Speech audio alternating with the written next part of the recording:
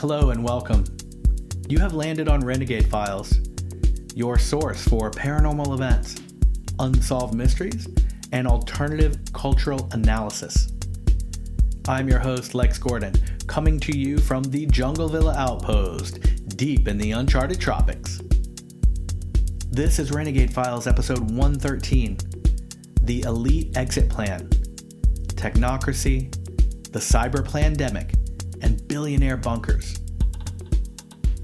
In this episode of Renegade Files, we examine a long arc of power that stretches from the early 1900s to the emerging systems shaping daily life right now. This is a story about government, institutions, and influence, but also about planning and control across generations. We begin by tracing the roots of modern hidden power infrastructures, from old money foundations and intelligence agencies to black budget programs and continuity of government planning. We look at how permanent structures formed behind the visible surface of public leadership. From there, we move into the ideology that began shaping the future: technocracy, transhumanism, cybernetics, and the belief that society can be engineered and optimized through data and systems. This gradually shifted government away from politics and toward technical management of human behavior.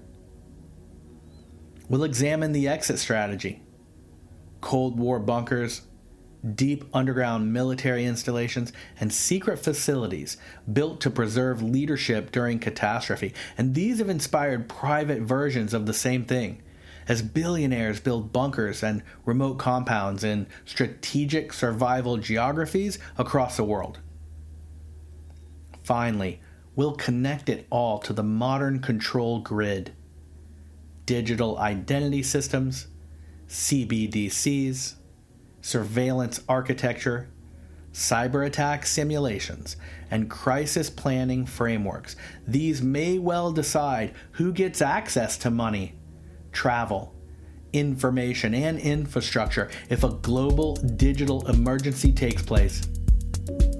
Join me now as together we dive into the rabbit hole of Renegade Files episode 113, The Elite Exit Plan, Technocracy, the Cyber Plandemic, and Billionaire bunkers.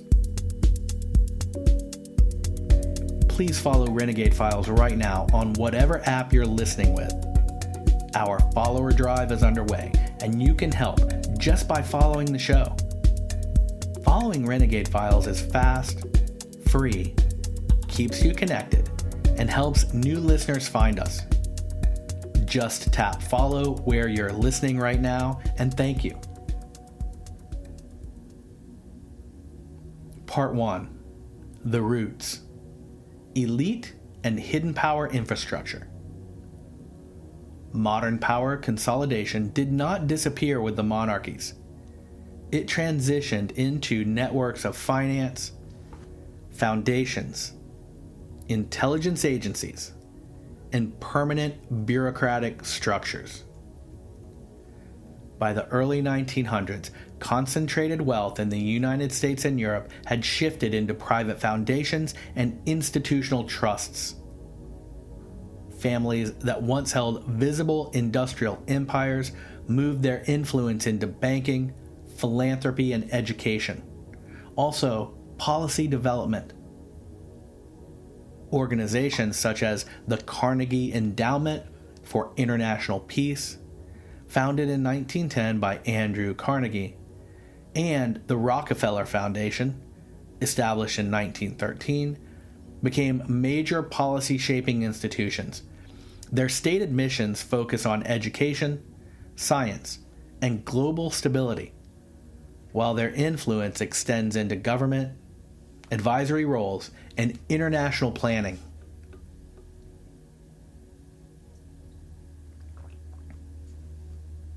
These foundations funded research universities, public policy programs, and international government concepts. They helped shape the intellectual environment that future government and intelligence leaders would both emerge from and return to. World War II created the condition for the permanent fusion of industry, intelligence, and government.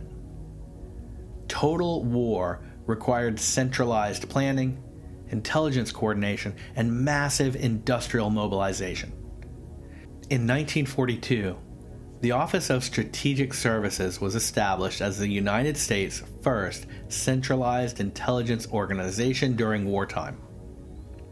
The OSS conducted espionage, psychological warfare, and covert operations across Europe and Asia. When World War II ended in 1945, the intelligence infrastructure did not just dissolve. Instead, the Cold War with the Soviet Union justified its expansion and its permanence. The National Security Act of 1947 created the CIA. This was signed into law by President Truman on July 26, 1947.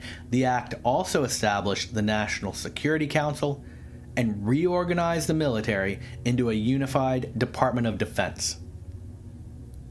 The CIA was defined as a civilian intelligence agency tasked with collecting and analyzing foreign intelligence.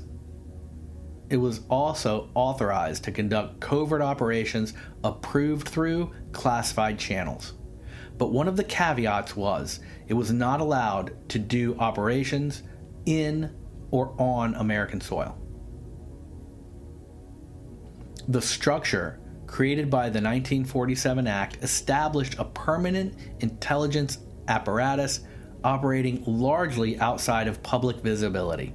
Its activities were funded through classified appropriations and shielded from detailed public oversight. During the early years of the Cold War, intelligence operations expanded globally.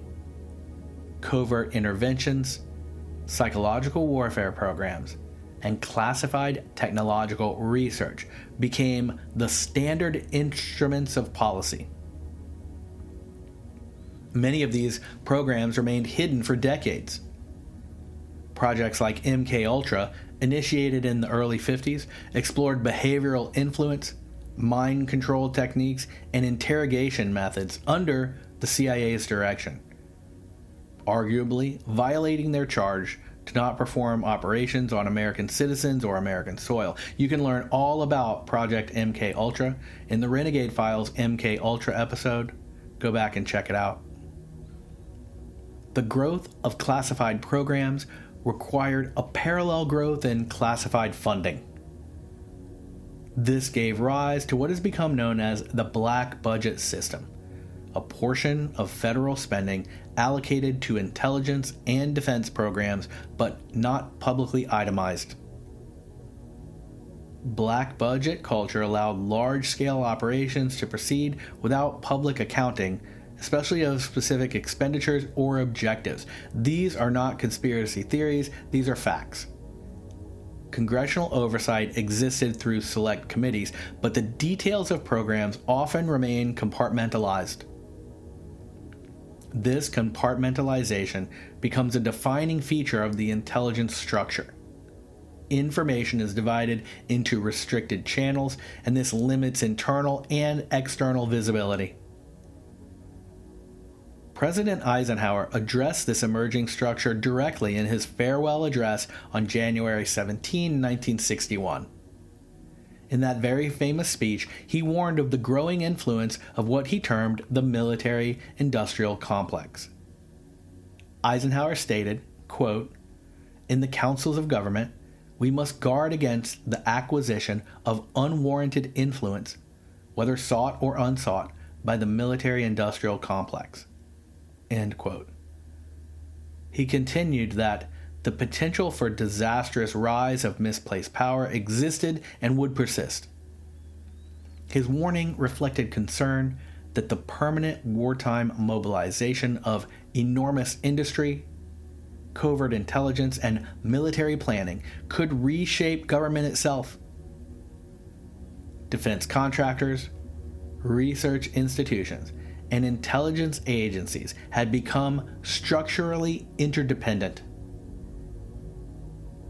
And remember, private contractors and businesses are not subjected to the laws surrounding freedom of information requests. As Cold War tensions intensified, continuity of government planning became a central priority. The possibility of nuclear war led planners to consider how national leadership and command structures might survive a catastrophic attack. Continuity of government, often abbreviated as COG, refers to the coordinated effort to ensure that essential government functions continue during and after a national emergency. These plans include secession protocols, secure facilities, emergency powers, restriction of civilian travel, and relocation procedures for leadership. This is essentially martial law. COG planning involves the construction of hardened underground facilities, secure communication networks, and relocation sites for executive and military leadership. Some of these facilities, like Mount Weather and Raven Rock, were built during the Cold War and remain operational today. The legal and operational framework for continuity planning allowed emergency authority to be activated under specific conditions. Now, these frameworks and conditions are constantly being developed. Their directives are classified for the most part, but they are refined over decades. With this expanding intelligence and national security structure, tensions occasionally surface between elected leadership and intelligence agencies. One of the most documented examples involves President John F. Kennedy and the CIA. Following the failed Bay of Pigs invasion in April 1961, Kennedy expressed deep frustration with the CIA leadership and covert operations management. According to multiple historical accounts and memoranda, Kennedy stated his desire to restructure and reduce the agency's operational power. Kennedy reportedly told advisors that he wanted to, quote, splinter the CIA into 1,000 pieces and scatter it to the winds, end quote. This statement is documented in contemporaneous notes and later in historical works, referencing internal discussions that took place after the Bay of Pigs. Kennedy blamed the CIA for that debacle. He said that they tricked him. In so many words. On October 4th, 1963, National Security Action Memorandum 263, this is from the Kennedy White House, authorizes plans to begin withdrawing U.S. military personnel from Vietnam. The memorandum indicated a shift in strategic direction and reflected Kennedy's growing skepticism toward ongoing intelligence and military escalation, that being their recommendation. So this was on October 4, 1963. On November 22, 1963, a little over a month later, President John F. Kennedy is assassinated in Dallas. His death marks a turning point in U.S. political and intelligence history, and this intensified public and internal scrutiny of the intelligence structures. But they went on full steam ahead after that. In the years following Kennedy's assassination, intelligence agencies became more deeply compartmentalized. They were indeed not splintered to the wind. Their operational secrecy increased, and oversight structures remained limited to select congressional committees and executive channels. By the late 1900s, the U.S. and its allied nations maintained an extensive intelligence network, classified research programs, COG frameworks. These systems operated continuously regardless of changes in elected leadership. So they sort of president-proofed the intelligence apparatus. War and intelligence had functioned as the incubator for a permanent national security infrastructure. What began as emergency wartime coordination had evolved into standing institutions with long-term budgets, personnel, and global reach. Corporate defense contractors, research universities, and intelligence agencies form an integrated ecosystem. This system developed advanced technologies, conducted covert operations, and shaped political strategy across decades. Foundations and private institutions continue to influence policy development, academic research, and international government frameworks. This role in shaping the intellectual and strategic environment remains substantial. The combined result is a layered structure of visible government and less visible operations. Funding, classified authorities, and continuity planning create a design to endure beyond individual administrations. This design establishes the foundation for later developments in technocratic government, behavioral science, and digital surveillance systems. The architecture of permanent power has been built. It is already in place and has been in place well before the digital age.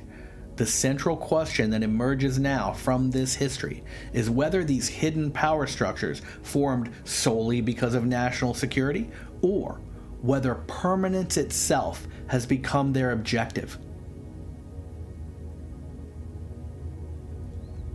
If you enjoy these investigations and want to help me keep doing this show for you, join me in the Renegade Files Agency on Patreon. It costs hardly anything. Your support there directly funds the research, writing, hosting, and production hours it takes me to bring you episodes like this one, and it helps keep the show fiercely independent. Every new agent there gets bonus content, the dark intel files containing all of the research and photos and documents from every episode, and secret dispatches from me, all of this only available to the RFA agents on Patreon. But more than that, you become part of the small group of listeners who make this show possible. If you believe in doing that, then join me at patreon.com/renegadefiles. There's a link in the show notes. You can try it for free for a whole week and become an RFA agent today. And thank you to the agents there already. There's also a $3 tip tier, which you pay for right away. You don't get any of the deep stuff, but if you just want to help with money, I'll take that too. So, become an RFA agent, and thank you to the agents there already. Sincerely, you make this show possible. Part 2, the ideology. Technocracy and transhumanism. As permanent intelligence and continuity structures formed during the 1900s, a parallel ideology emerged that reframed how societies could be managed. Power began shifting from land ownership and industrial production toward data, systems engineering, and human optimization. The concept of technocracy predates modern computing. It emerged in the early 1900s as engineers and scientists began proposing that society should be managed by technical experts rather than elected politicians. To bring the receipts, in 1932, Technocracy Inc. was formed in North America during the Great Depression. Founded by engineer Howard Scott and supported by geophysicist M. King Hubbert, the movement proposed replacing price-based economics and political government with resource-based management and direction by technical specialists.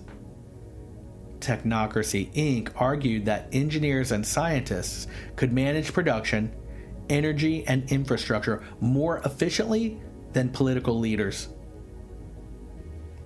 This model envisions society as an integrated system to be optimized through measurement, monitoring, and centralized coordination. The movement gained public attention in the 30s and influenced early discussions around systems and engineering and centralized planning. While the original technocracy movement declined in visibility after World War II, many of its core ideas migrated into defense planning and research institutions. World War II accelerated the development of systems thinking. Military planners required coordinated logistics, communications, and predictive modeling in order to manage global conflicts. In 1946, Project RAND was established under the U.S. Army Air Force and later became the RAND Corporation in 1948. RAND developed systems analysis methods that applied mathematics and eventually computer modeling, and then game theory to strategic decision making. RAND researchers studied nuclear deterrence, behavioral prediction, and long-range technological planning. Their work helped establish the concept of governing through systems analysis and predictive modeling rather than purely political negotiation. Cybernetics emerged during this same period as a foundational theory linking machines, humans, and control systems. The term was popularized by mathematician Norbert Wiener in 1948 with the publication of Cybernetics, or Control and Communication in the Animal and the Machine. Cybernetics proposed that complex systems could be regulated through feedback loops. These loops measured behavior, compared it to desired outcomes, and adjusted inputs to produce predictable results. Governments and research institutions recognized that cybernetic principles could apply to the entire population. Behavioral science, social engineering, and predictive modeling became areas of sustained research during the Cold War. To bring the receipts again, throughout the 1950s and 1960s, the U.S. Department of Defense funded extensive research into behavioral science and human performance through agencies like DARPA, established in 1958. DARPA projects included early networking systems, human-computer interaction studies, and cognitive enhancement research. These programs linked computing technology with human behavior analysis. The goal, to create systems capable of predicting, influencing, and optimizing decision-making at both individual and collective levels. As computer power expanded in the late 1900s, technocratic thinking gained more momentum. The rise of digital networks allowed for real-time data collection and centralized analysis on a scale previously impossible. The development of the Internet itself originated in defense research. ARPANET, funded by the U.S. Department of Defense in the late 1960s, laid the foundation for global digital communication networks. And then the World Wide Web, which came out of CERN, gives us the modern internet that we have today. Silicon Valley emerged as the commercial extension of this research environment. Many early technology firms grew out of defense-funded projects and university research programs, many of these connected to federal funding. By the 1900s and early 2000s, technology leaders began articulating visions of a society managed through data platforms and algorithmic systems. Government, commerce, and communication increasingly migrated into digital environments controlled by private technology firms. Parallel to technocracy, transhumanism developed as a philosophical movement advocating the enhancement of human capabilities through technology. Transhumanists propose that biological limitations can be overcome through engineering, computing, and biomedical advances. The modern transhumanist movement gained formal structure with the founding of the World Transhumanist Association in 1998 by philosophers Nick Bostrom and David Pearce. The organization promotes the ethical use of technology to extend human lifespan, intelligence, and physical capacity. Transhumanism expanded beyond academic philosophy and into technology development. Advocates support neural interfaces, genetic engineering, artificial intelligence integration, and life extension research.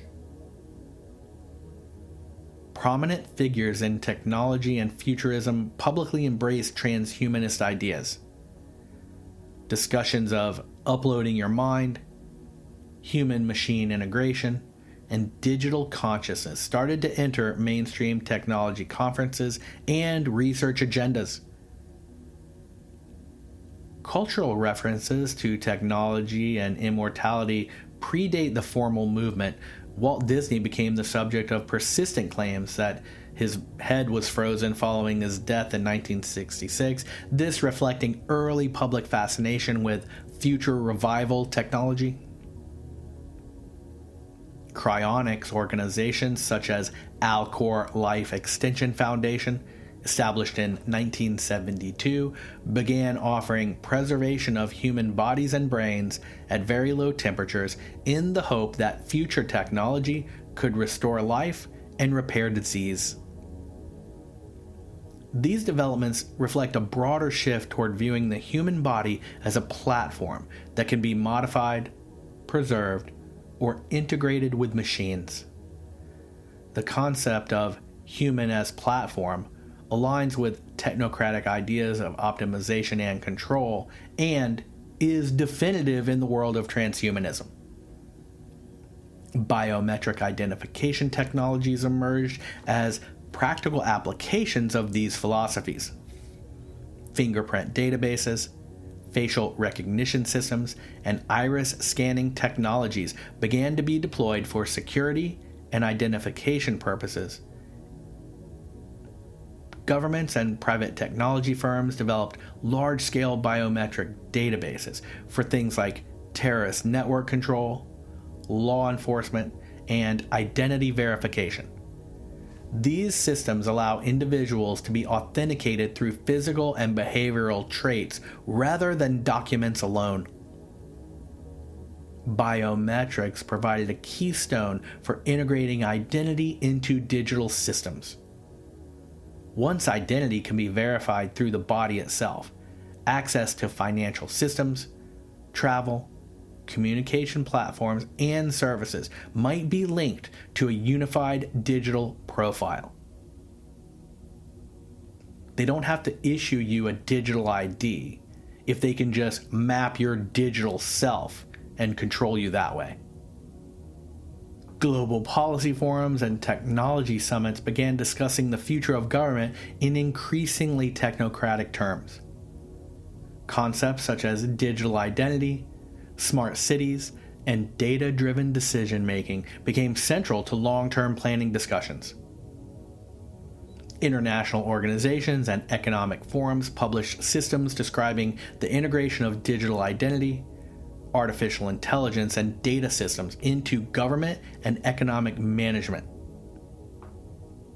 As these systems developed, or the ideas of them developed, governments began to shift from traditional political negotiation towards system engineering and platform management. Decision-making could increasingly be guided by data analytics, predictive modeling, and automated enforcement mechanisms.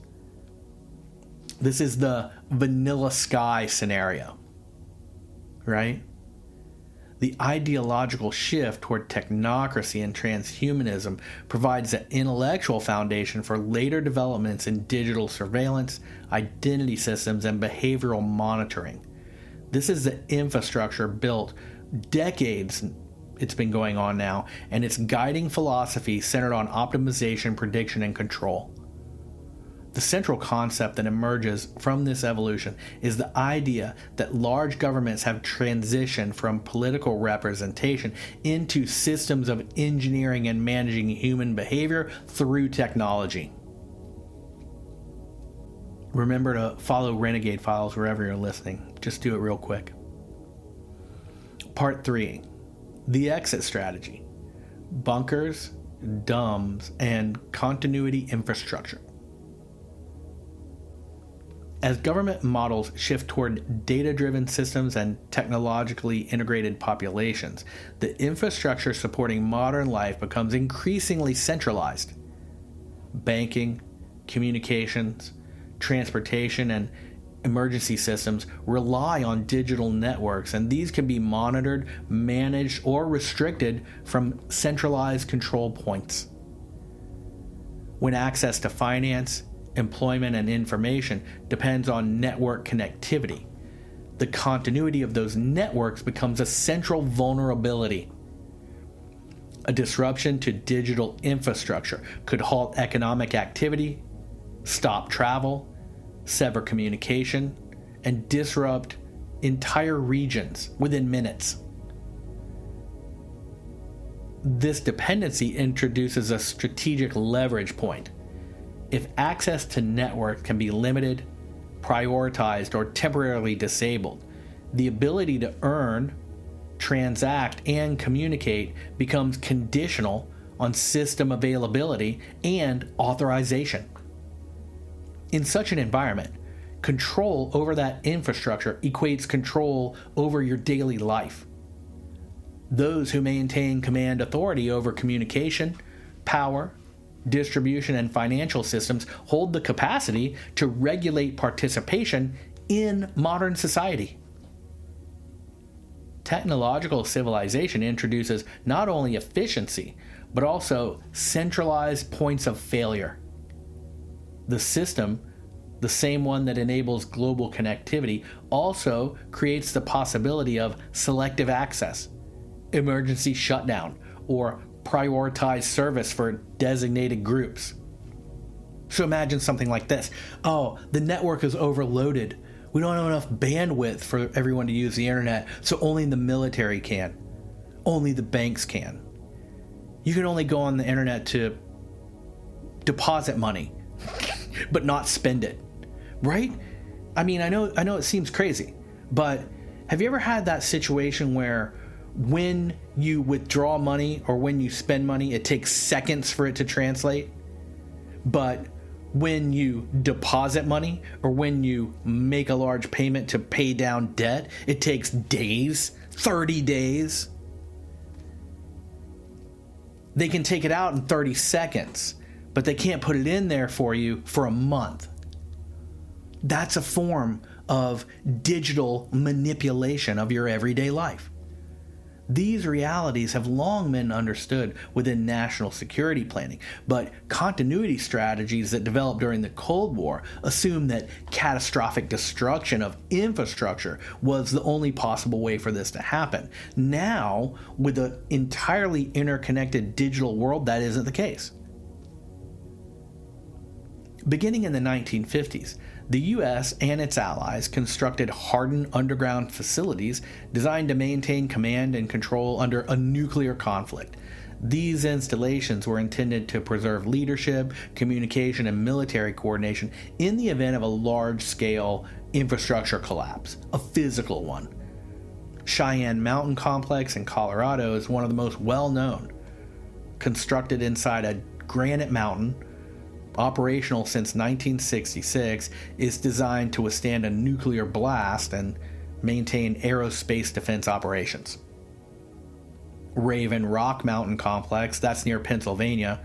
It was developed near the Pennsylvania and Maryland border. It's an alternate command center for the Department of Defense.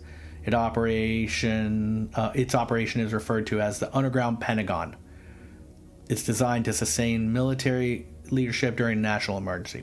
Mount Weather Emergency Operations Center, that's in Virginia, serves as a primary continuity of government relocation site for civilian leadership, so the executive branch. The facility includes underground living quarters, communication infrastructure, and command centers for emergency government. Once again, not conspiracy theories, real places. These installations form part of a broader continuity of government framework. Continuity planning defined procedures to ensure that essential governmental functions could continue under a catastrophic event. Declassified continuity planning documents describe relocation protocols, emergency powers, and secure communication systems designed to preserve government authority during national crisis. These plans include designated survival locations for executive, military, and selected administrative personnel. The existence of these facilities establishes a precedent for survival infrastructure reserved for leadership and strategic command. While the public was instructed to prepare through civil defense measures, continuity installations ensured that command structures would remain operational regardless of surface conditions. Over time, references to deep underground military bases, often abbreviated as DUMBs, entered public discourse. Some underground facilities are confirmed through declassification in public records, while others remain subjects of speculation and investigative research. Confirmed installations include hardened command centers, weapon storage facilities, and research sites built beneath mountains or within reinforced subterranean complexes. The full extent of underground infrastructure remains partially classified. As the Cold War ended, continuity planning did not disappear. It adapted to a new threat model including cyber warfare, terrorism, and infrastructure sabotage. After the September 11, 2001 attacks, continuity of government protocols were activated in a more drastic way in the U.S. for the first time in modern history.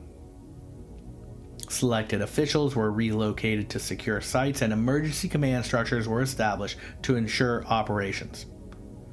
This activation demonstrated that continuity systems remain active and operational decades after their creation. Parallel to government continuity planning, we have the private sector adoption of survival infrastructure. Wealth concentration in the technology and financial sectors has created a class of individuals with resources enough to construct private contingency systems. High net worth individuals began acquiring remote properties, fortifying compounds, and building underground shelters designed for long-term self-sufficiency. So these are like billionaire preppers. These installations have things like independent power, water purification, and secure communication systems.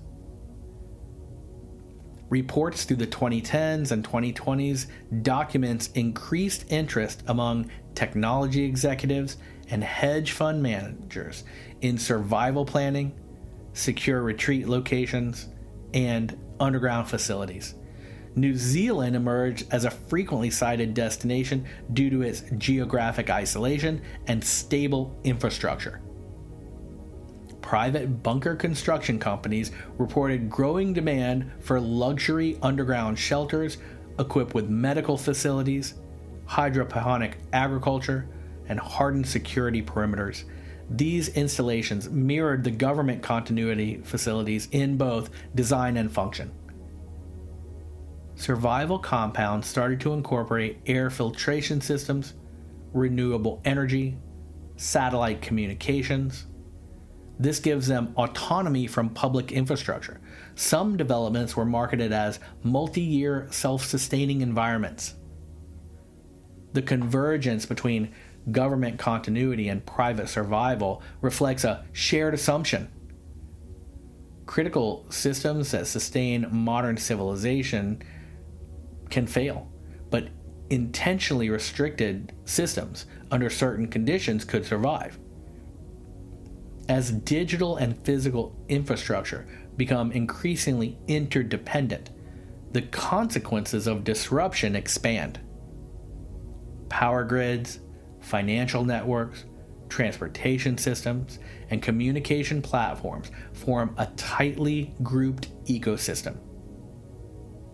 Those positioned within the hardened facilities or remote self-sustaining compounds would maintain operational continuity during a widespread disruption.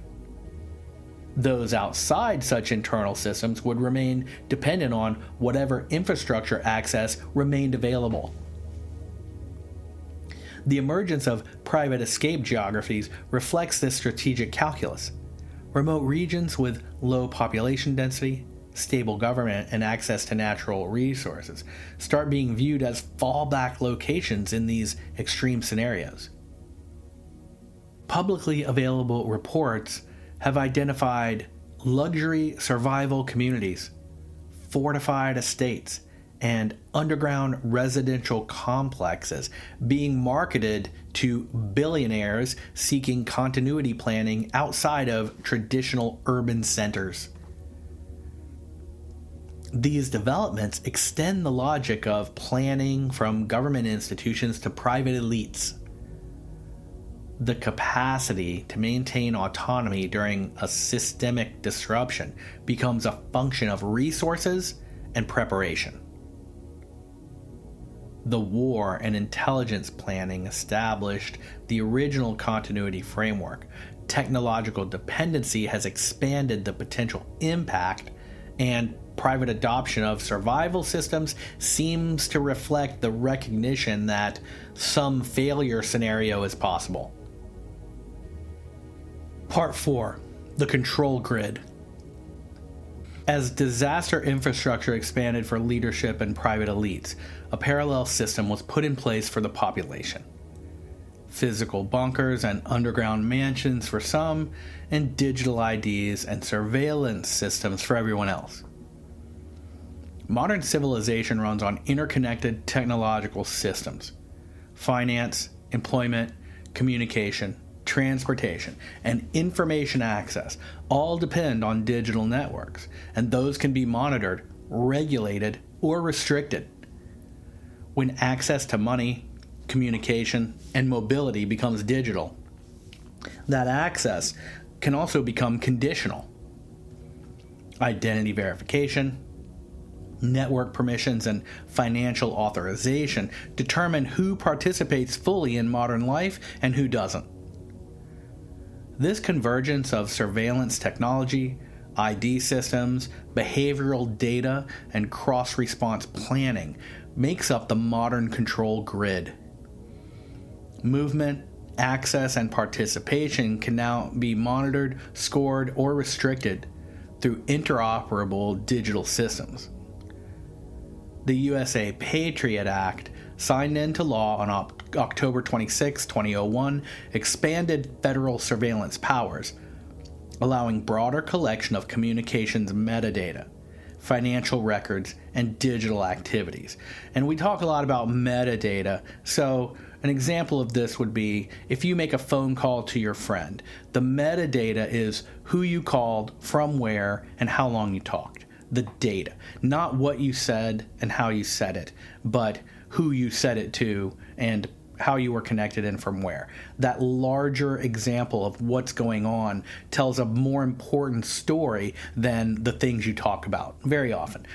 Edward Snowden said as much, and we'll get to him in a minute.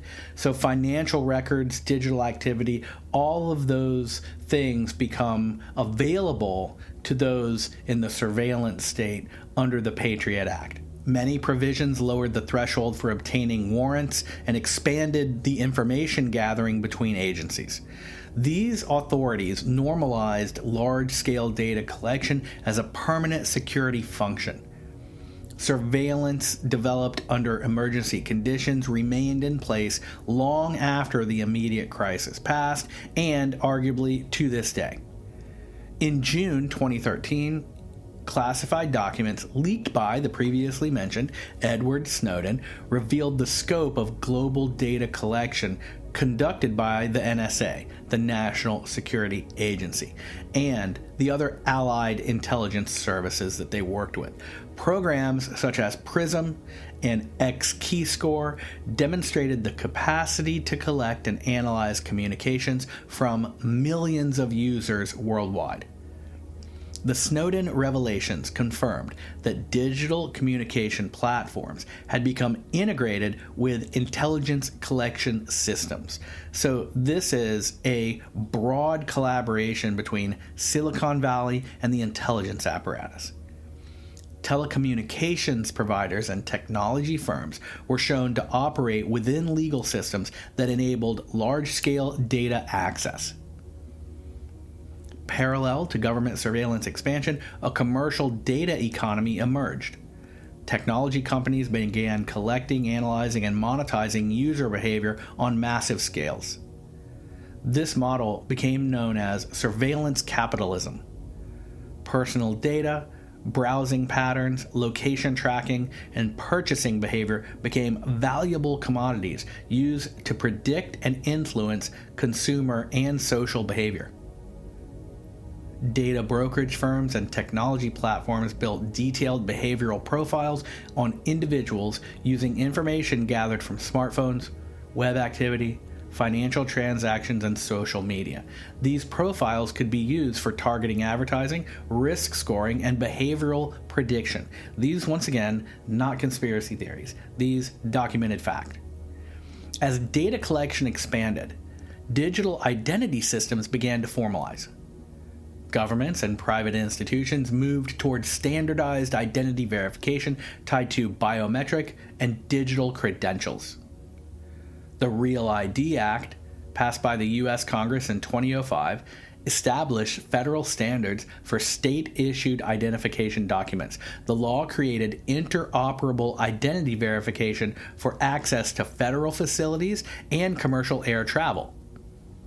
Biometric ID technologies advanced right alongside these digital IDs, so facial recognition systems, fingerprint databases, and iris scanning technologies started to be deployed at borders, airports, and law enforcement agencies. Large-scale biometric databases now contain facial images, fingerprints, and other identifiers for hundreds of millions of individuals. These systems enable automated identity verification and real-time tracking across multiple platforms and locations. Financial systems also began transitioning toward digital and programmable forms. Electronic payments, online banking, and mobile financial platforms reduced reliance on physical currency and increased traceability of transaction. Central banks and international finance institutions have researched and piloted central bank digital currencies. These digital forms of national currency can be programmed, tracked, and integrated with identity systems at the transaction level. Predictive policing and behavioral analytics systems expanded the use of data for government. Algorithms able to identify patterns and forecast behavior started to influence law enforcement, deployment, and risk assessment.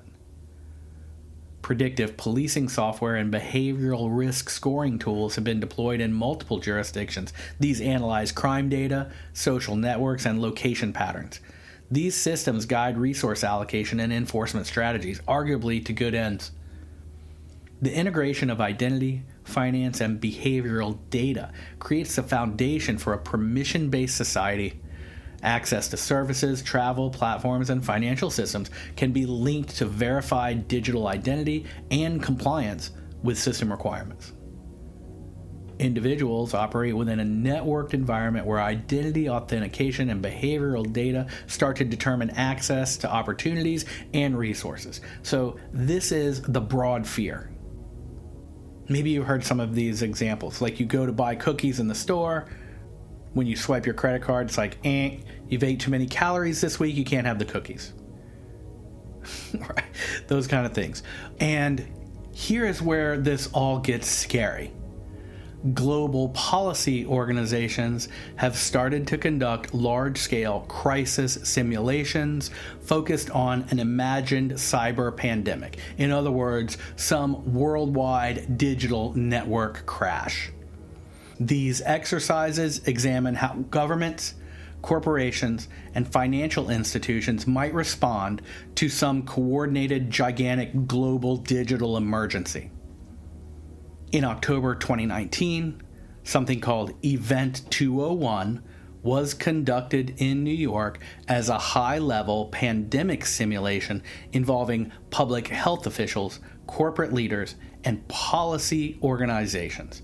The exercise modeled a global coronavirus outbreak and examined coordinated responses across multiple global sectors. This event was in 2019, so this was a preparation, it would seem, a sort of trial run of thought corporate leaders, health officials, and policy organizations a year before the coronavirus broke.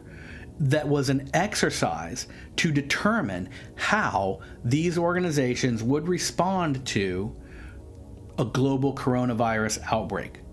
2019, a year before the pandemic, as it were. So participants in this Event 201 included representatives from international organizations, major corporations, and large public health institutions. The simulation addressed supply chain disruptions, remember those, information control, ironic, financial stability, and public compliance measures. Now, yes, admittedly, that's in the past. But why is it important now and in this conversation? It is because in the years that followed, additional simulations have focused on cyber attack scenarios and digital infrastructure collapse. These exercises examine how coordinated cyber incidents might disrupt financial systems, energy grids, and communication networks. Global cybersecurity simulations involving international policy forums and corporate partners have modeled large-scale cyber attacks on financial infrastructure, power grids, and global communications. These exercises explore coordinated response strategies among governments, technology firms, and financial institutions. Sound familiar? Policy forums describe these simulations as preparedness exercises designed to improve resilience against potential emergencies. Critics and independent researchers note that these scenarios often resemble real-world crises that later unfold. For example, the Plandemic simulation conducted prior to COVID-19 and subsequent cyber attack simulations share very scary structural similarities. Both model global disruptions requiring coordinated policy responses, centralized information management, and emergency authority. These exercises form a planning and rehearsal layer for digital era crises government. They allow institutions to test response protocols, communication strategies, and coordination mechanisms before a real-world event occurs. That's the reason for a rehearsal. Questions arise regarding how such simulations influence policy development and institutional readiness. Scenario planning can only shape expectations, normalize emergency powers, and establish systems for synchronized responses across sectors. If a large-scale digital infrastructure disruption were to occur, existing identity systems, financial digital networks, and digital surveillance tools could be integrated into the emergency management strategies. Your access to banking, communication, and transportation might be regulated through digital authorization systems. Those responsible for maintaining infrastructure and security would retain prioritized access. Others could experience restricted or conditional access depending on policy decisions and system capacity. What I was mentioning before. The architecture built over decades integrates surveillance, identity, finance, and crisis response into a unified system. At some point in the past, the conspiracy theorists were asking if surveillance and identity tracking systems existed. Those days are over. The question now is, what happens when identity, finance, movement, and access converge into a single interoperable digital system that's capable of operating under emergency authority or being influenced by or falling under the umbrella of that control?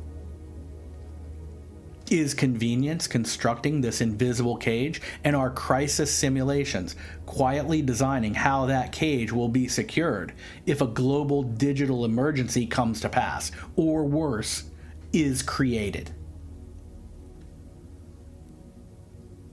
My summary. Power has always followed the tools of control. In earlier eras, that meant land, labor, and industrial production. In the modern world, it means information, surveillance, and the system that governs access to daily life. Over the last 100 years, control structures have evolved from visible institutions into layered networks of intelligence agencies, financial influence, and technological infrastructure. As digital systems become central to work, money, travel, and communication, the ability to regulate those systems becomes the ultimate lever of authority. What began as national security planning matured into a broader architecture capable of managing populations through data and information access. Identity systems, surveillance platforms, and programmable financial tools now sit at the core of modern civilization.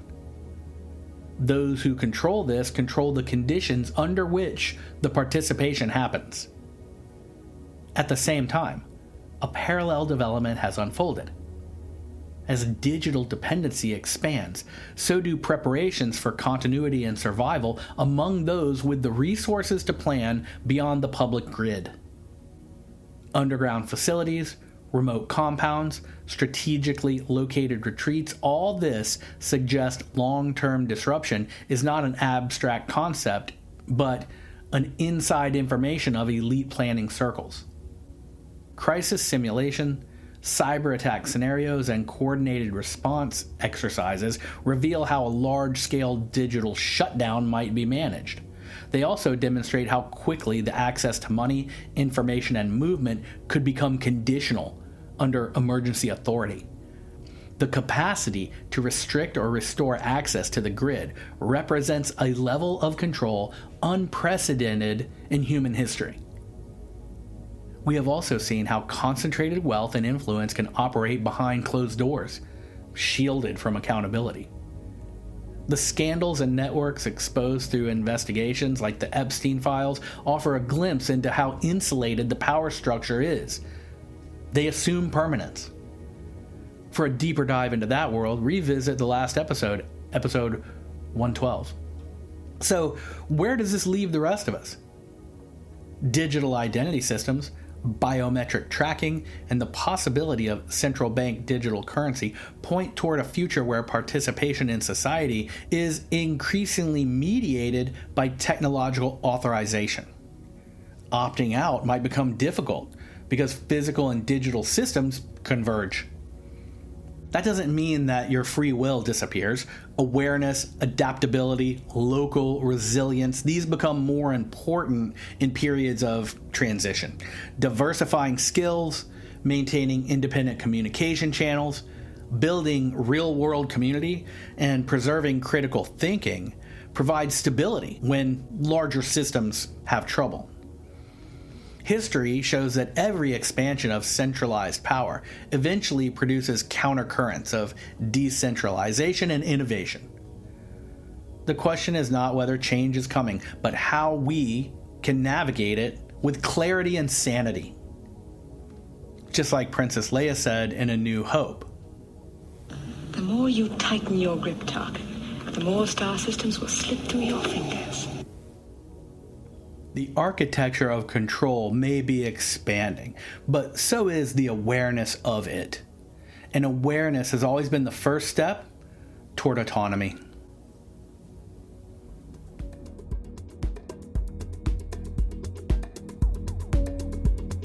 Thank you sincerely for investigating the elite exit plan, Technocracy, the cyber Plandemic, and Billionaire bunkers with me. Tap follow right now on the app you're listening with so we can meet here next week to dive deep into another case. If you like these episodes, help me keep doing it by joining the Renegade Files agency on Patreon. A link in the show notes, free for a week, less than you tip a pizza guy. You can help me keep doing this. And thank you if you're already an RFA agent on Patreon. It means a lot. I am so grateful to have you in the Renegade Files crew.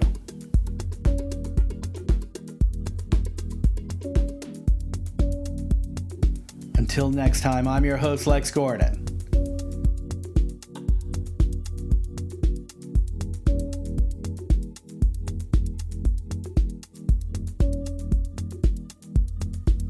Stay wild, hologram child. Stay wild.